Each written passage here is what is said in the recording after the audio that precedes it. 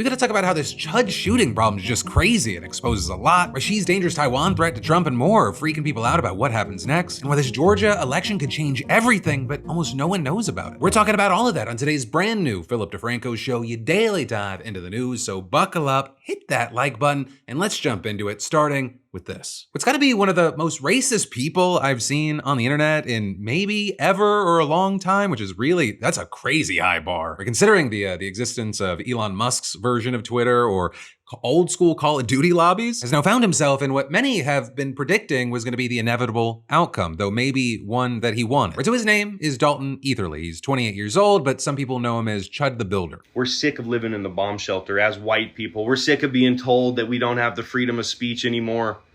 Says who? My ancestors fought and died for that. I'm going outside, I'm taking my helmet, I'm taking a deep breath. Look, nothing's gonna happen. They're just gonna keep chimping out regardless on whether you call them the word or not. Right, and that guy, he's now been charged with attempted murder. So let's start with some context. Chud the Builder, he styles himself as a free speech patriot. What that appears to really mean is that he films or streams himself walking around in public, calling black people the N-word and challenging them to fight. It's generally what I describe as just disgusting content, but apparently there's a number of people that want to watch it because he's got hundreds of thousands of followers. And as he's been getting more and more attention, his bigoted antics, they've kind of escalated more and more, with him appearing to use pepper spray on someone who knocked off his hat last week, for example. You heard me. Fuck your shit.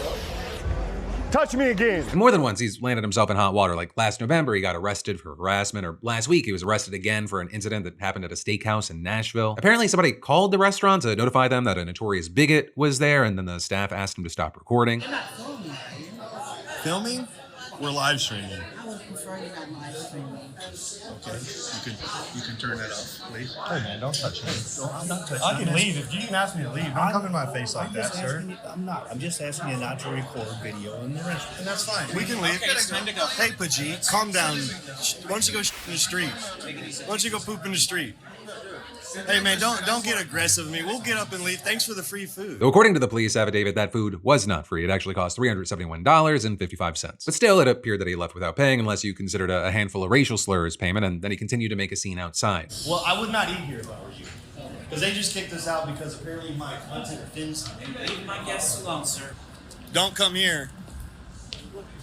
They don't like freedom. Shortly after that, he was back on the street, hurling the N-word at a guy and making monkey noises. Look at him chimping out. Look at that monkey.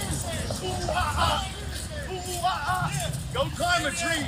Somebody get him a banana. Right, and so with that, he ended up being charged with theft of services, disorderly conduct, and resisting arrest. And so now, apparently, he's well known in this community for this shit. Pretty much no one likes him, and even Nick Fuentes, right, the white nationalist, who maybe you've seen a video where he's talking about how he thinks Hitler is cool. He thinks that Chud lobs the N-word at people so aggressively that it's a bit much. I don't think people should be fired for uttering the word.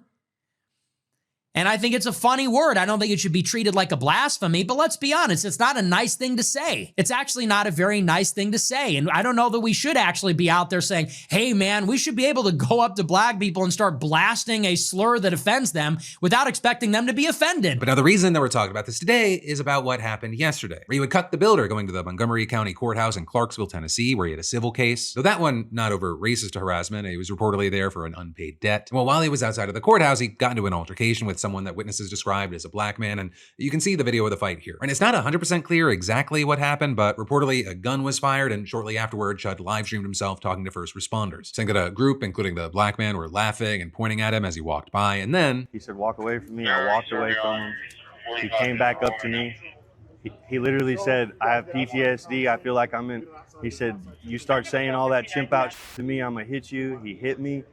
Started wailing on me even after I had to defend myself by shooting him. Now, according to authorities, that man was hospitalized and is in stable condition. Also, Chud apparently shot himself during the scuffle, according to the district attorney general, though he was only grazed. So at first, he got charged with aggravated assault, reckless endangerment with a deadly weapon, and employing a firearm during a dangerous felony. But now, some of the biggest news is that he is facing another charge, attempted murder. And as far as the reaction that you're seeing to this, it really depends on which corner of the internet you go to. Though I will say, a big thing that you're seeing is, besides concern for the shooting victim and the glee over the arrest, is a lot of people going, I mean, what did people expect? What did Chud expect? People arguing that you can't go around with a gun yelling racial slurs at people and challenging them to fights in the most obnoxious way possible and not expect something to happen. With many saying that what he's doing was incitement, especially when it appears that he's constantly posted about how he's ready and willing to shoot someone. But he's doing what you're seeing in these streams and writing, I'll defend my life with lethal force, do not approach me with intent to threaten bodily harm. And then adding, and this is the one that's getting a lot of traction, series finale is dead chimp on the pavement and you monkeys rioting when I walk free, stay tuned. Right, even in that encounter on the street that I showed you right after he got kicked out of the steakhouse, he threatened to shoot the guy. Pussy!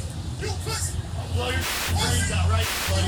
I'm about to blow his brains out. He pulls back around here, I'm about to blow his brains out. And you've got people arguing that these aren't outliers. He threatens people all the time. But then also with this, you have a lot of people pointing not just to Etherly's individual trajectory, but also kind of that of our whole country. You've got a lot of people seeing this guy as the culmination of two very disturbing trends in our culture. The first being kind of the rage bait content where people act as abrasive and antisocial in public as they can just to kind of provoke reactions, game the algorithm, get clipped and clipped and clipped. And the second just being the normalization of open, unabashed, in-your-face racism that we've seen over the past couple of years. A lot of which it comes from, and I hate to be that fucking guy, but it's like, it's right there in your face constantly, though I know a million things happen, so it's very easy to forget, but it comes from Trump. It was only just 3 months ago, I know it feels like probably a million years, that he posted that video showing Barack and Michelle Obama as apes in the jungle. A thing, by the way, he refused to apologize for, and criticism of which Caroline Levitt dismissed as fake outrage. Same dear leader that called Somalis garbage, you don't contribute anything. He claimed Haitians were eating cats and dogs in Springfield. He also said that Haitians were poisoning the blood of our country. He said that criminal illegal immigrants are just not human. I mean, I could keep going on and on. But as far as what happens with Etherly, we're gonna have to wait to see. On one hand, you have a lot of people saying they hope the charges stick here to make an example of a person doing this so that you don't see other copycats out there, especially because you have some arguing that he's been trying to provoke a situation like this, whether to be able to try to provoke someone, to be able to claim self-defense and get famous off of it. But also, this guy has plenty of supporters, a number of people seeing him as a champion of free speech. Right now, you're even seeing a surge in donations to an old donation page that he had out. And it's a page that appears to have been started by Etherly that says, sometimes I've used the N-word in what I thought was edgy, harmless humor, adding, I know it's controversial, but it's my right to speak freely. With that appearing to be connected to a campaign where initially he wrote, I was fired from my previous contracting job after BLM activists targeted me over words I shared online, jokes and opinions they twisted to end my career. But hey, for now, we're gonna have to wait to see what happens with this case, right? Do we get more information, more video, anything like that? And also what happens with the charges and everything else. And so in the meantime, I'd really love to know your thoughts, opinions, and reactions here. And then, what a transition this is gonna be.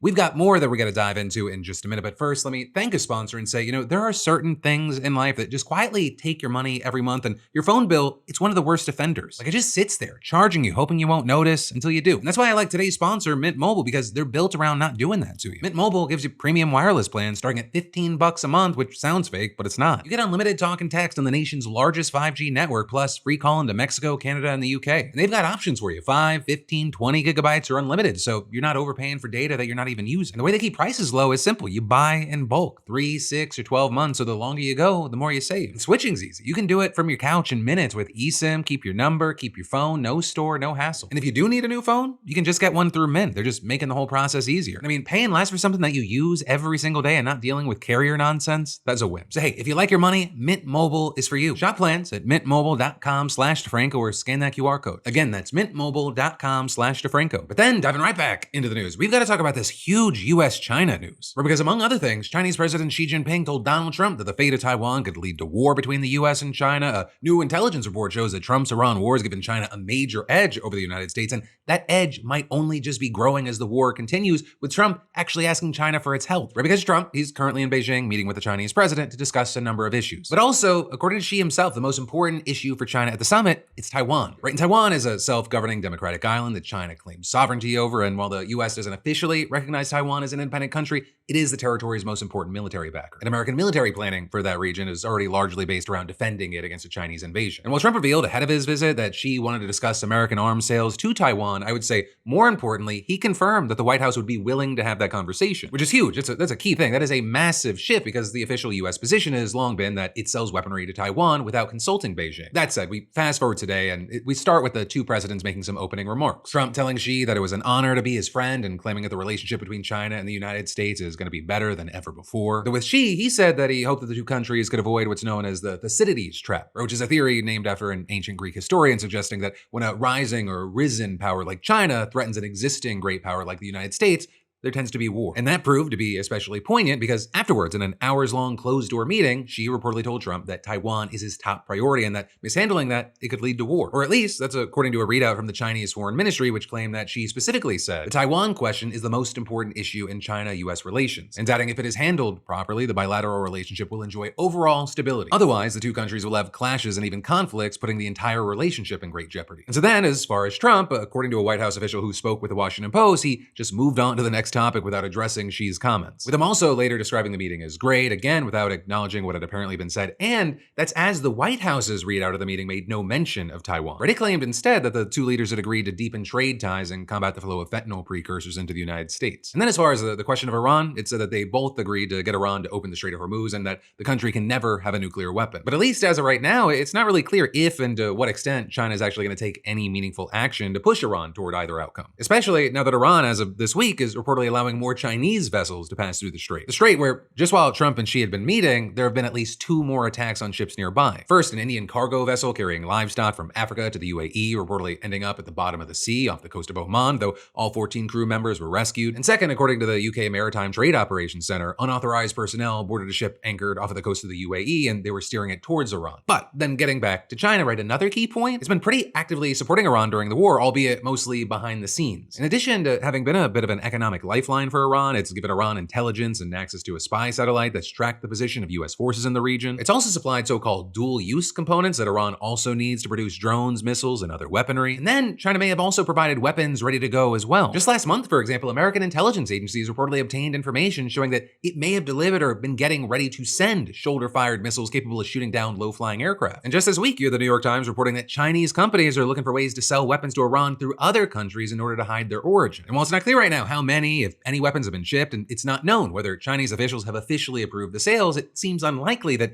any talks may have taken place between Chinese companies and Iran without the knowledge of the government. So taking that into account, you have a lot of experts doubting that the current talks are going to be game-changing in any way, but there also is disagreement about where their significance does lie. On one hand, for example, you have people like a former Chinese diplomat who's now a researcher telling the Washington Post, no US president visited China in the past 9 years. Trump's being here is sending the most important signal that China and the US are no longer aiming for new breakthroughs, but striving to restore some stability. Then on the other hand, you have people like the person formerly in charge of the China policy on Joe Biden's National Security Council saying, Xi is giving Trump the TV-ready spectacle that he was hoping for, and adding China is hoping to trade symbolism for substance, using protocol and Trump's preference for pageantry to hold off a return to economic escalation and buy time for China to build up its strength. And notably, that same expert also wrote an opinion piece that was put out in the Times this week, arguing that Xi is planning for China's final victory over the United States. Writing, Mr. Trump's short-sightedness plays directly into Mr. Xi's larger aims, saying for the first time, he may now see a path forward achieving goals such as disrupting US alliances in Asia and weakening American support for Taiwan, as well as Washington's ability to impede China's rise through technology export restrictions and economic sanctions. And while, of course, that is an opinion, that is a take, notably, it may even be one shared by members of the American military intelligence community, at least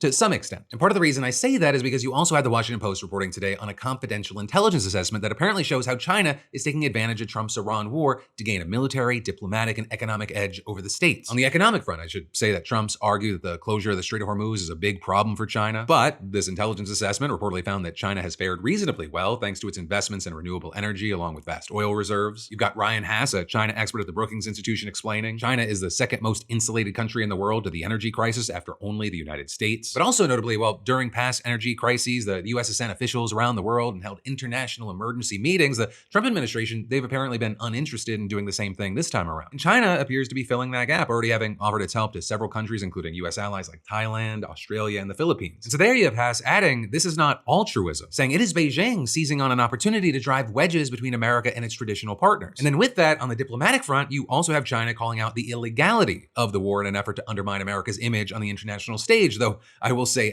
Trump's doing plenty of that on his own. And then on the military front, as we've talked about, the administration's gone deep into the US stockpiles of missiles and air defense interceptors. It sparked concerns that the US is going to be less prepared for a potential conflict with China. But also another factor is that the war has put American military capabilities and tactics on full display, so that that Beijing can plan their own future operations. And also with this, you have the Trump administration firing back with the Pentagon's chief spokesman saying, assertions claiming the global balance of power have shifted towards any nation other than the states of America are fundamentally false. And then as far as China, you had a spokesperson for the Chinese embassy saying, the pressing priority now is to prevent by all means a relapse in fighting rather than exploit the situation to throw mud at other countries. But ultimately, outside of the initial short-term PR of this visit happening and all the visuals, time will tell, what the real long-term impacts become, whether it be things like trade, the war in Iran, and everything in between. Right, but then from that, I want to do two final things, one small, one big. So knocking out the little guy first, congratulations to Brock L., SeatGeek's latest weekly winner, who just scored $500 in tickets and is going to go see A$AP Rocky. For the rest of y'all, that's right, SeatGeek is still giving away $500 in tickets, and you should definitely enter today if you haven't already. You can be the next winner and snag $500 towards seeing your favorite artist, sporting event, or play. I mean, there's like over 70,000 events to choose from. Just add code DeFranco to your SeatGeek app profile for a chance at the weekly $500 prize, no purchase necessary. But then y'all, with that said, it brings us to the big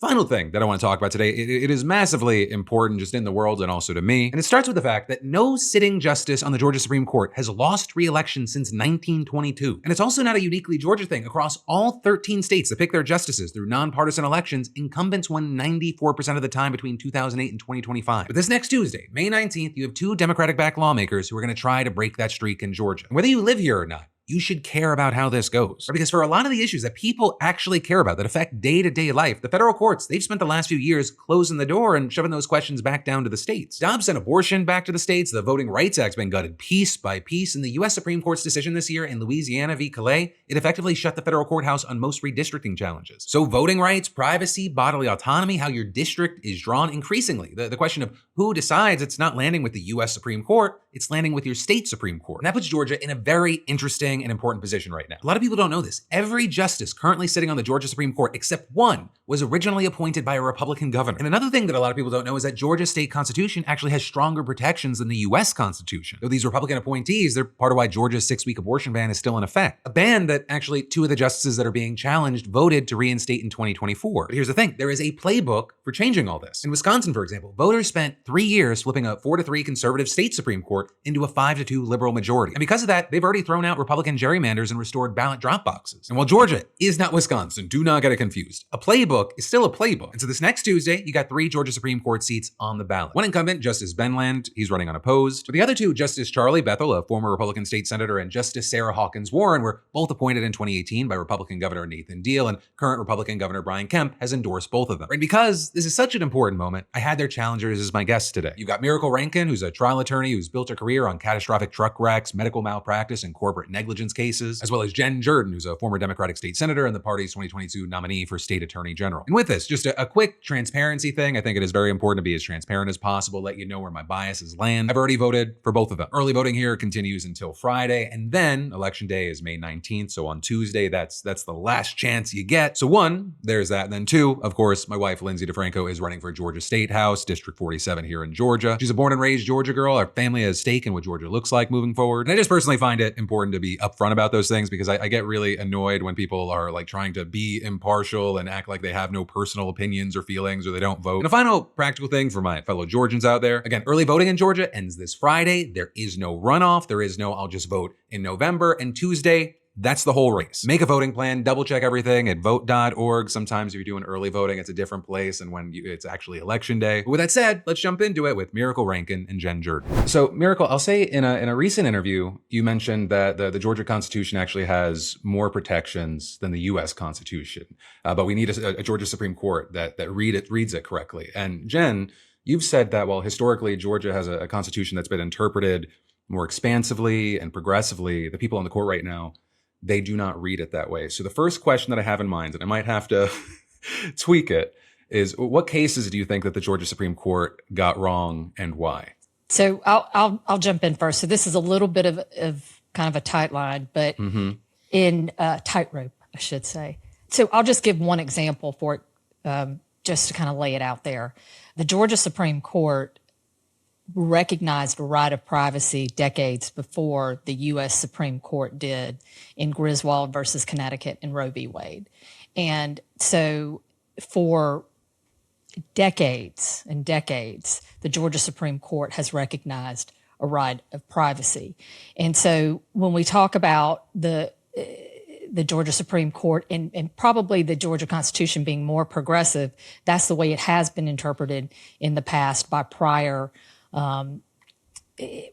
iterations of the court.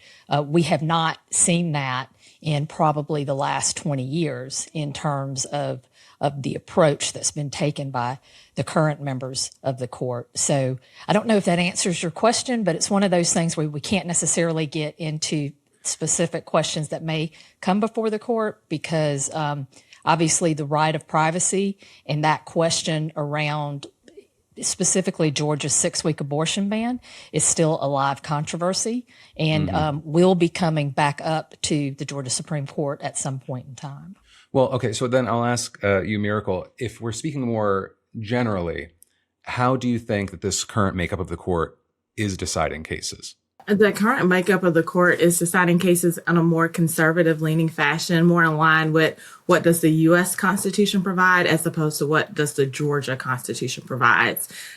You can look at the U.S. Constitution as being like the floor, the rights that are the basic rights that we're guaranteed to, where Georgia is more of a ceiling. So we have more rights, such as the right to privacy that Jen spoke about a moment ago, which has been a right that's been recognized in Georgia well before it was recognized in other states. So right now, what we're seeing is a court that is more conservative leaning and trying to read both constitutions line in line, as opposed to recognizing that Georgia actually provides us with more. And I feel like y'all have been warning about what is coming down the line to the Georgia Supreme Court. And while I know you cannot prejudge a case, the way I'll phrase it is, what do you think is most concerning to Georgians of what could be upcoming?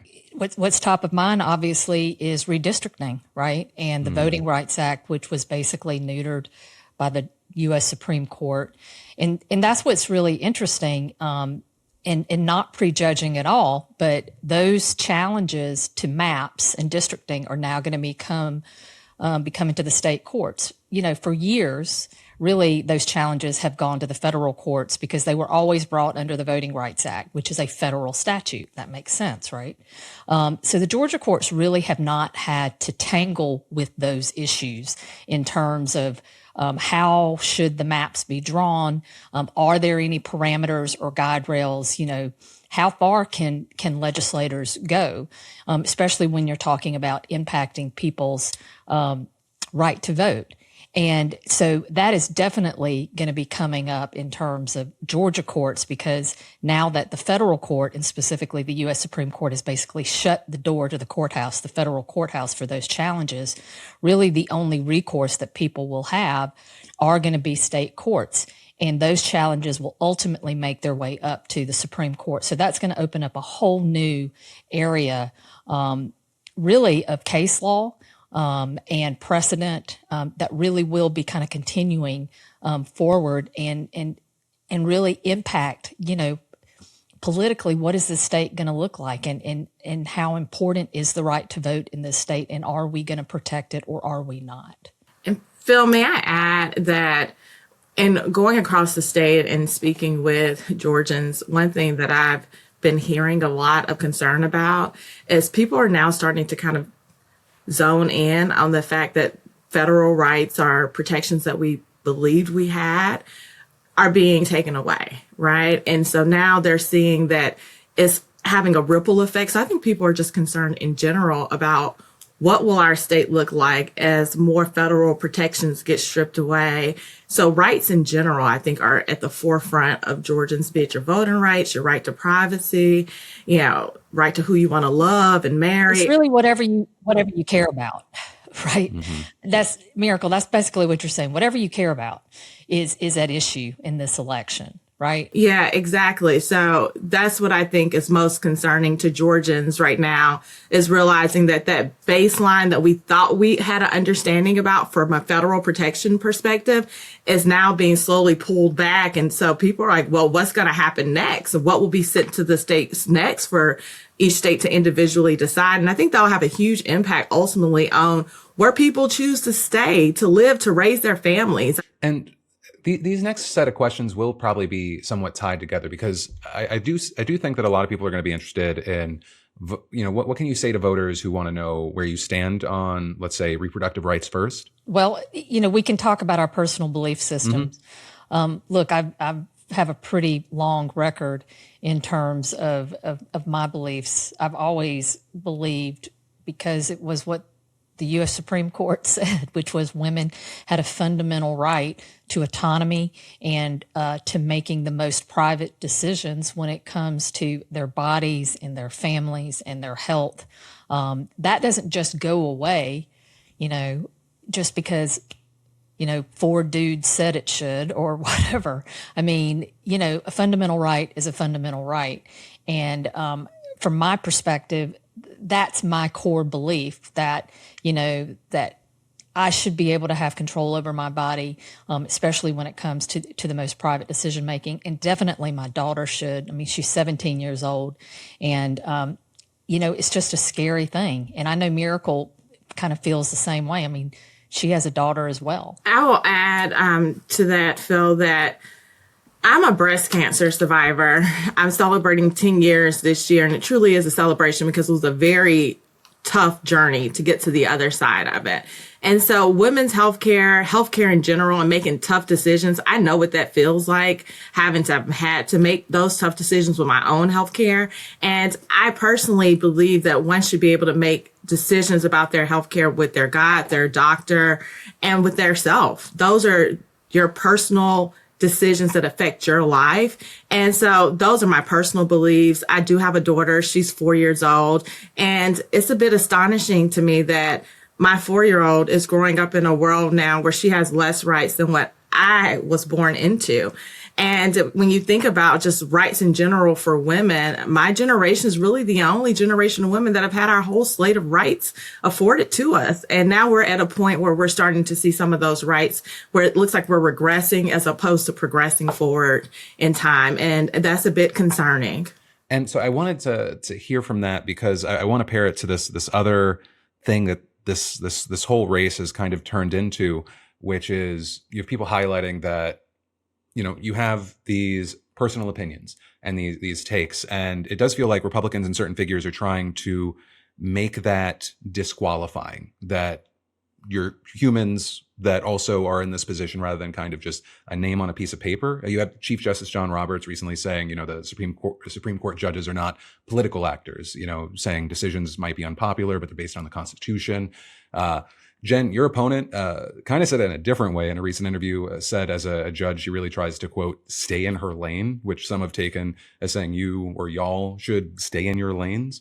And so my initial question is, what do you say to that? And also, what do you say to the argument that people in this position are political actors, or you are, or anyone is? This is what's been interesting through this process. I think when a court, especially Chief Justice Roberts, said, they're not political actors. Look, they may not be political actors in the sense, especially at the U.S. Supreme Court level, they don't run for office, right? That is different here in this state. But the U.S. Supreme Court, they don't run for office, but the decisions that they make absolutely have political impact, whether we're talking about the VRA, redistricting, whatever. And I think, all we have to do is look at what happened at the Virginia Supreme Court level, where we literally had a statewide election invalidated by 4 members of the Virginia Supreme Court who were appointed by Republicans, right? 4 people. Because they were appointed by Republicans who had a specific ideology, basically turned around a fair and free election for the entire state of Virginia. So when folks try to say, you just need to stay in your lane, I want to say, I know exactly what the lane is. And the thing is, if people aren't willing and able to talk about their belief systems and their values, you may want to ask yourself, why is that, right? Why aren't people willing to answer questions, especially when they're standing for elections? It would be a very different thing if this weren't an elective process where you have to go before the voters and tell them, this is why you should vote for me. Because look, if you can't talk about your beliefs, your values, who you are, what your experience is, then how is a voter able to make a meaningful choice? I mean, like on the ballot, is it going to be like, well, I like the name Jen versus the other woman, or she's a redhead and you're a blonde. That makes absolutely no sense. So it's one of those things where if you have to stand for election, there's a reason for it. And that reason is you have to be accountable to the voters. And the only way you can be accountable to the voters is to be able to talk about what your judicial philosophy is, what your belief system is. And if you have made some decisions, you have to be able to stand up and kind of say, this is why I did it. And then if people like that, great, they can vote for you. And if they don't, they can vote for the challenger. And Miracle, I mean, your opponent specifically is, a former Republican state senator. So do you think people that are throwing out this argument, they're being short-sighted or hypocritical? I do think that they're being short-sighted and hypocritical. Everyone's record speaks for themselves, right? So one thing that I have been urging individuals to do is just to look us up. You can look up what he did before he came onto the court to be a judge. You can also look at what my career has been. My career has been one of serving the people of this state at the highest level and going after big corporations who've harmed them in some of the hardest moments of their lives. I think it's vitally important that individuals know who you're voting for. You shouldn't just vote just to do it. It needs to be a meaningful vote, right? And one way for people to know who they're voting for is to have these types of conversations and discourses, the same way that they're interviewing with individuals and talking at a very high level, not getting into the weeds of their personal beliefs. They actually can talk about their personal beliefs. There's nothing that stops judicial candidates or sitting judges from talking about what you personally believe. Because as a judge, you should be able to, and you're supposed to be able to separate that from the cases that come before you and not prejudging a matter, right? And so they should know that talking about your personal beliefs does not equate to prejudging a case that will come before the court.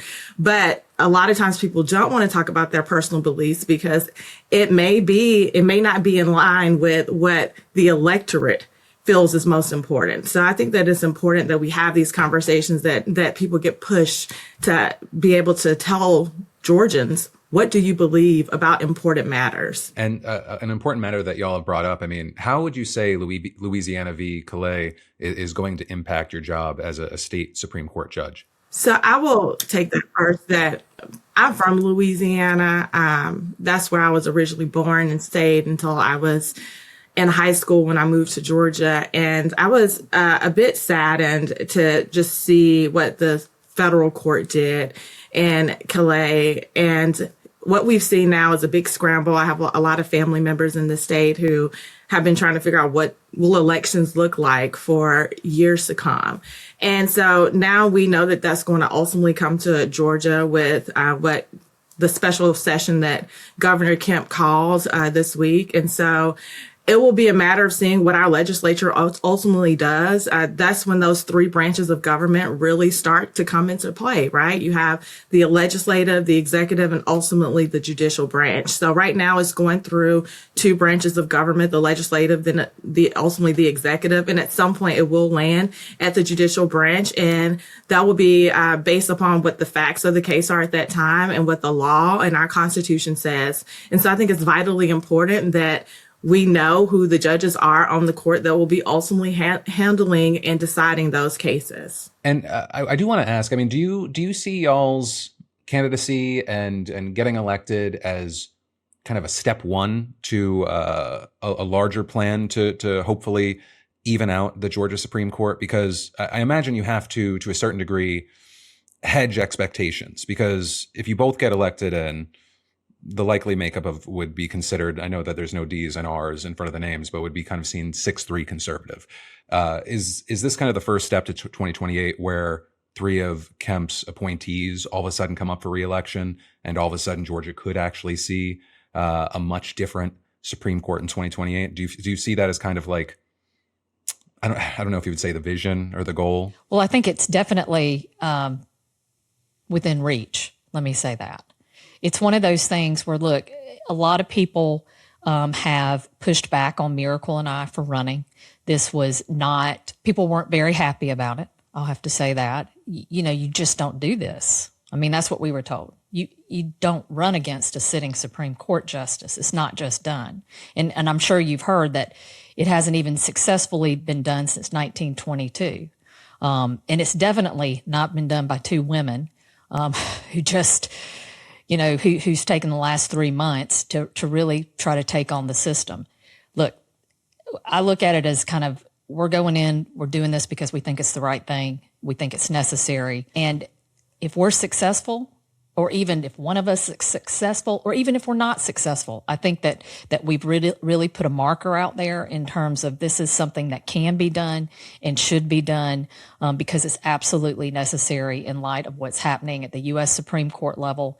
And we know it can be done because all we have to do is look at Wisconsin, where they took a 5-2 far right conservative, I don't even know conservative is the word, court. And within 3 years, it's a 5-2 pro-democracy, pro-rights court. It's pretty impressive. And that really is having a positive impact on the people of the state of Wisconsin. So it's a good role model. And, we'll see what happens on Tuesday. And we'll see if anybody else wants to kind of jump into the fray in 2 years. That is something that I've heard y'all talking about, of people not being happy about it, and I'm just personally interested in that. Is it a bit of a club of I'm going to step on toes, and this may affect me in the legal profession? Oh, it's a club. Essentially, it really is, and it's very disheartening because ultimately our state's highest court belongs to the people of Georgia. It's not a birthright position. It's not a position based upon who you know, where you live, and what your connections are. It's a position of service, and service at the highest level to our state. And to have individuals be so off-put by the fact that two very qualified candidates are offering ourselves of service and giving the opportunity back to Georgians to elect an individual to be on your highest court is very concerning. And I think that if for anything else, we are shining a light on the importance of following our Constitution. Our Constitution calls for these to be elected positions. They are not by appointment only. And so Georgians get to decide at a vital time, who do you want to serve on our state's highest court? And one of the last things I want to ask, Miracle, your opponent said that they will stay in their position, but Jen, I believe your opponent has been silent, and you kind of expressed concern that they will drop out if they lose, and then Kemp will just put someone into the spot and kind of just cancel your election. Is that a real concern right now? Yeah, I mean, it's a real concern in the fact that Justice Warren has really refused to, say just what should be a very easy thing, which is I'll finish out my term and I will abide by the results of the election. I know Miracle and I are going to abide by the results of the election if we lose. Right. It doesn't seem like a very hard thing just to say that in a very straightforward way. So the fact that she isn't, willing to say that or to answer questions around that is incredibly concerning to me, because the idea that someone thinks that they can just really basically overturn the results of a fair and free election just because they don't like the outcome, should be incredibly concerning to every single voter in the state of Georgia. I mean, the undoing the willing of the will of the people seems to be going around more and more. Seems to be the theme, right? It's getting scary. But on that final note, obviously one of the biggest things with us talking is early voting ends this Friday, but it is all Tuesday, right? It's all the 19th. You're not running in November. I know that's been a big thing of people going, I'll vote November. It's all Tuesday, right? Yes, all or nothing. We're all done on Tuesday. Miracle, Jen, thank you so much for the time. Thank you, Phil. This was awesome. Thank you. Really appreciate it. And so, thank you again to Miracle and Jen for the time. Also, thank you to you for listening, watching, being a part of this show. And remember, whether you're in Georgia or elsewhere, get out there, vote, be a part of the change that you want to see. But with that said, that's the end of today's Thursday Philip DeFranco show. If you're not completely filled in, you should definitely check out the brand new episode of Crashing Out, or maybe you missed last night's Philip DeFranco show. I got links to that in the description and on screen. But as always, thank you for watching. I love yo faces, and I'll see you right back here next time.